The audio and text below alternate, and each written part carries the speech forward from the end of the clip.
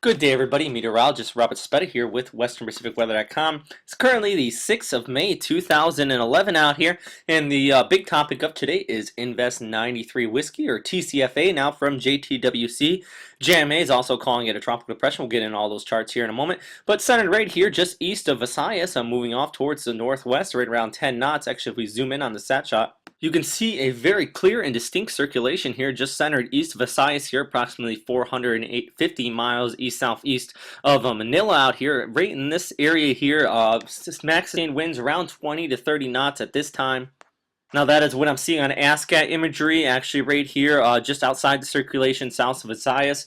But JTWC has right around 15 to 20 knots on their warning here. But if you look at microwave imagery, you can see this whole cluster of cells out here, all this convective activity. But there's not really one overall combined or significant banding going in here. It's very spotty and scattered, and that's the main reason why I think JTWC has not upgraded this to a tropical depression yet. But as I noted earlier, JMA has gone ahead and done so. They have this depression moving off directly towards the north as well. That's kind of what I'm thinking as well. I do believe that it is going to go off a little bit towards the north here and kind of here just east of Visayas. Now the big problem with that is a lot of precipitation coming on the western Luzon and Visayas in here, and that could cause some widespread flooding along those areas in western Philippines here as this slowly develops just east of the Philippines in the Philippine Sea here. This is showing tomorrow morning 0700 Zulu, and really just having a lot of precipitation out here, but still very unorganized, and overall circulation is really not there. If we go out into the evening by 06 Zulu here,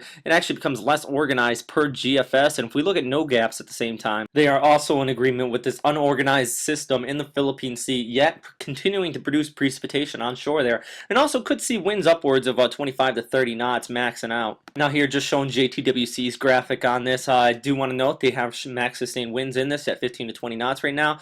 TCFA is really just from JTWC stating that a good chance of a tropical cyclone development in this boxed in area right in here over the next 24 hours, and really they're kind of indicating it should move off towards the northwest here over much of the Philippines here, bringing a lot of precipitation. Now I do think that the land interaction with the Philippines is really going to be the big killer on this system, because there is still a high amount of a low amount of vertical wind shear in here, really kind of a higher amount once you get farther up north towards the Luzon Strait up to 20 to 30 knots, but really the land interaction is kind of dissipated off. Also, if we look at vorticity, there is an abundance right in here, good for that upward vertical motion, and sea surface temperatures are also fairly high out in this region just east of the Philippines, upwards of 80 to 90 degrees out here. And lastly, I do want to show you the streamline analysis. I really like using this more than models more so, because it kind of gives you a good interpretation of what's going to be happening in the next 24 to 48 hours. But you really got to look at the overall background flow out here. And basically, this is kind of indicating that this will move off towards the northwest. It's kind of in a cold rate in this region, and really the overall background flow is kind of weak. But I do think that it is going to drift basically on west-northwest, or north-northwest, upwards of this area here, just east of Luzon and Visayas here, and bringing that scattered precipitation, which could be heavy and localized flooding in many of these areas along eastern Luzon and Visayas right in here. I'm outlining what are, I think, the highest amount of precipitation will take place.